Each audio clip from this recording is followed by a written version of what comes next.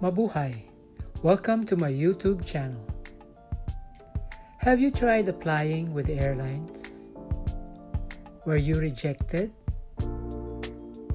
Hindi ka tinanggap? Ang sakit, di ba? Parang naguho ang mundo mo. Naglaho ang pangarap mo. Ito ang magiging topic natin for today. But before that, I would like to invite you to subscribe to my channel if you haven't done so, and please share and like the video kung magugustuhan nyo.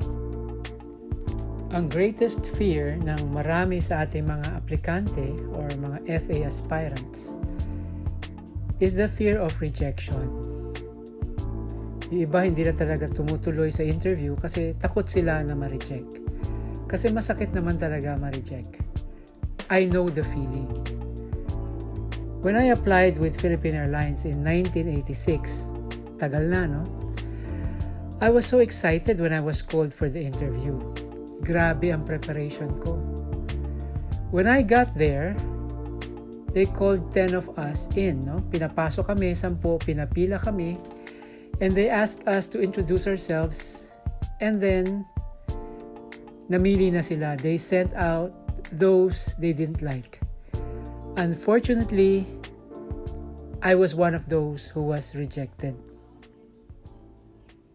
Sabi nga, besh, ang sakit. Na talagang masakit. I was very devastated.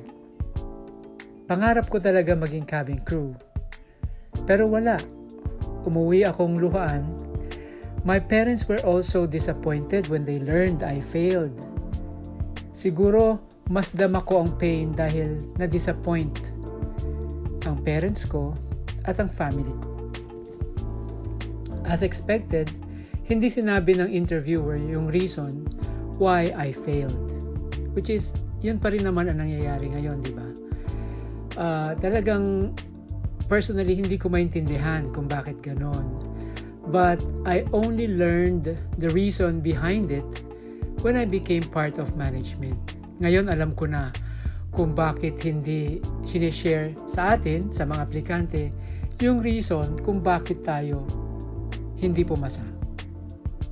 One of the reasons, no, and I hope you will understand, may mga areas kasi when it comes to selection of applicants na subjective.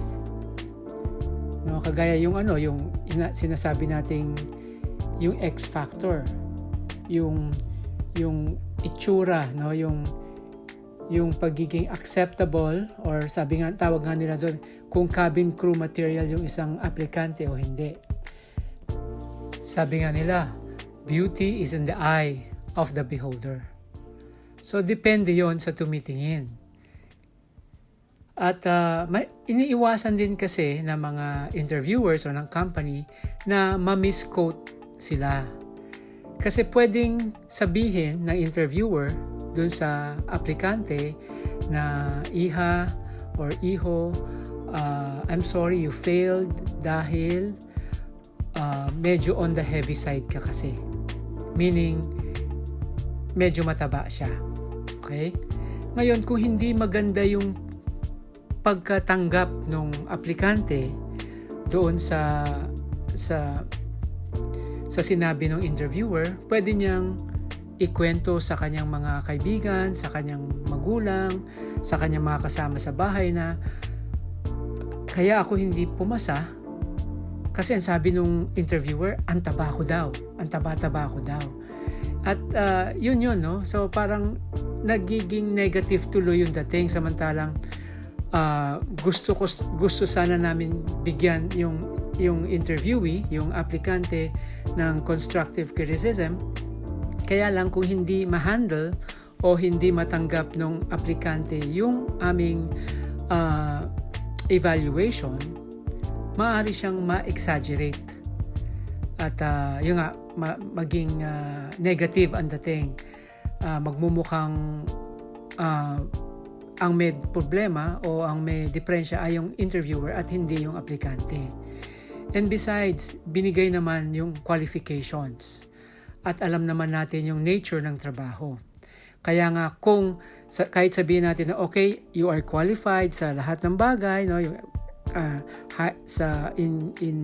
in terms of height, in terms of weight, in terms of features, gwapo o maganda, no, even educational attainment, pasok naman.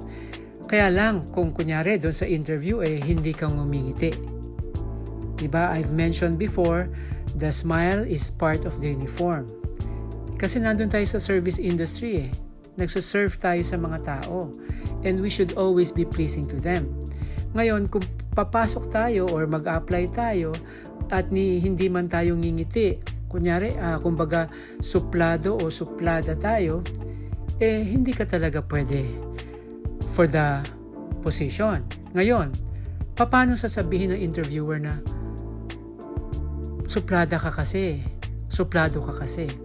So, ang ano dito is, it's really up to you to assess yourself. You have to let others, siguro yung magulang mo o yung friends mo, na sabi mo sa kanila, humingi ka sa kanila ng assessment, no? Sa kanila mo tanungin kung bakit kaya hindi ka natatanggap. At kung tunay na nagmamahal sa iyo yung magulang mo at yung mga kaibigan mo o kamag-anak mo, sasabihin nila yung totoo sa iyo. Kung may diferensya ka, dapat sabihin nila. Kaya nga kami, if ever na hindi namin kayo tanggapin for the position for now, you can always come back. Kasi alam namin na pwede nyo namang i-improve yung mga bagay na pwede nyong i-improve. But it's up to you to find out. So, ganun lang yun. Pero in my case, diba, I was rejected, but I did not give up. I tried to remain positive and did a self-assessment. No? So, ako mismo tinignan ko, ano ba yung kulang ko? Ano ba yung maaaring hindi kinagusto na nag-interview sa akin? I treated the rejection as a learning opportunity for me to do better when the airline starts recruiting again. Fortunately, in 1987, a year after, the airline had an open day hiring at their Inflight Center in Pasay City. Though the pain of rejection is still fresh, no? Damandama ko pa yung sakit, no, of being rejected in 1986. I still went ahead and applied. This time, hindi ko na sinabi sa mga kasama ko sa bahay, sa magulang ko, sa mga kapatid ko, na mag-apply uli ako sa PAL.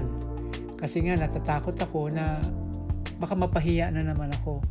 Baka ma-disappoint na naman sila. So, nagpunta ako sa Inflight Center na sikreto. I came in at about 8 a.m. Sa natatandaan ko. Pero na-interview ako mga bandang 4 p.m. na. Ang tagal ko naghintay, no? But the long wait, however, paid off. I was given the green light to take the HR and medical assessments after the impact interview. So, pumasa ako sa impact interview. Then, nag-executive panel interview ako, and eventually, nag-final pre-employment medical examination na. At sa awa ng Diyos, I passed everything and I started training na.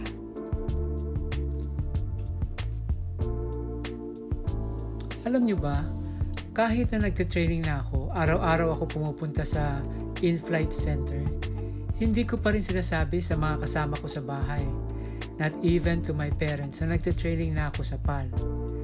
Kasi natatakot ako, may chance pa kasi na bumagsak ako sa training. Alam nyo kung kailan ko sinabi sa mga kasama ko sa bahay na nagte-training na ako sa PAL or pasok na ako sa PAL? Noong may uniform na ako at mag-ESLE na ako. Nung time na yun, ang tawag doon OBS.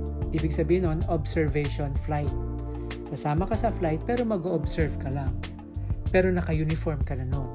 At doon ko lang sinabi sa parents ko, sa mga kasama ko sa bahay na sa PAL na ako at ito ang uniform ko. I'm really very proud, no?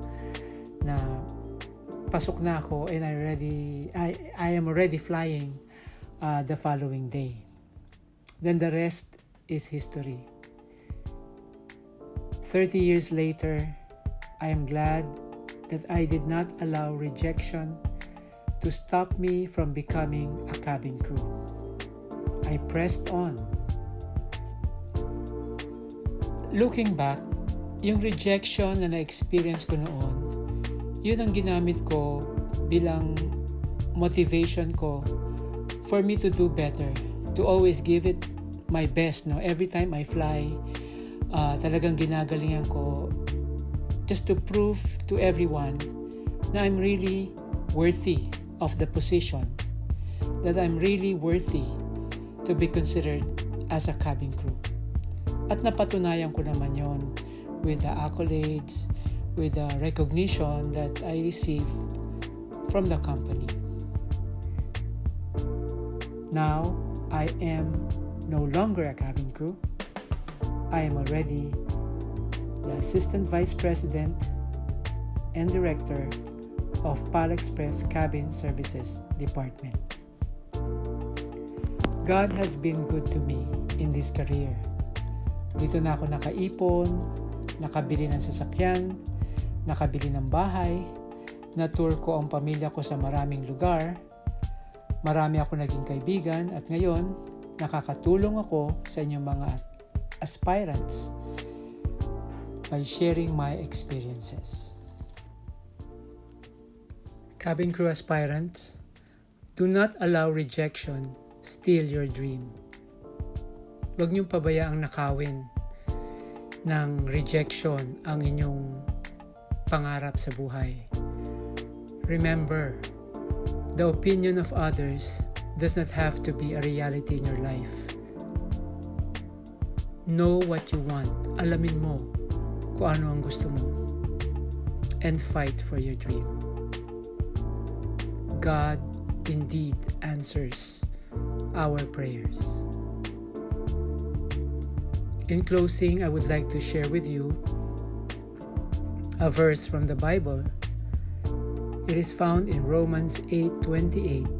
It says, "And we know that in all things God works for the good of those who love Him, who have been called according to His purpose." So in a way, yung rejection sa akin, when I applied in 1986, worked for good. Now, 33 years later, I am where I am right now because of that rejection. I hope I was able to inspire you. And if you liked the video, please share with your friends. And if you have not yet subscribed to my channel, please subscribe. Thank you. God bless and mabuhay.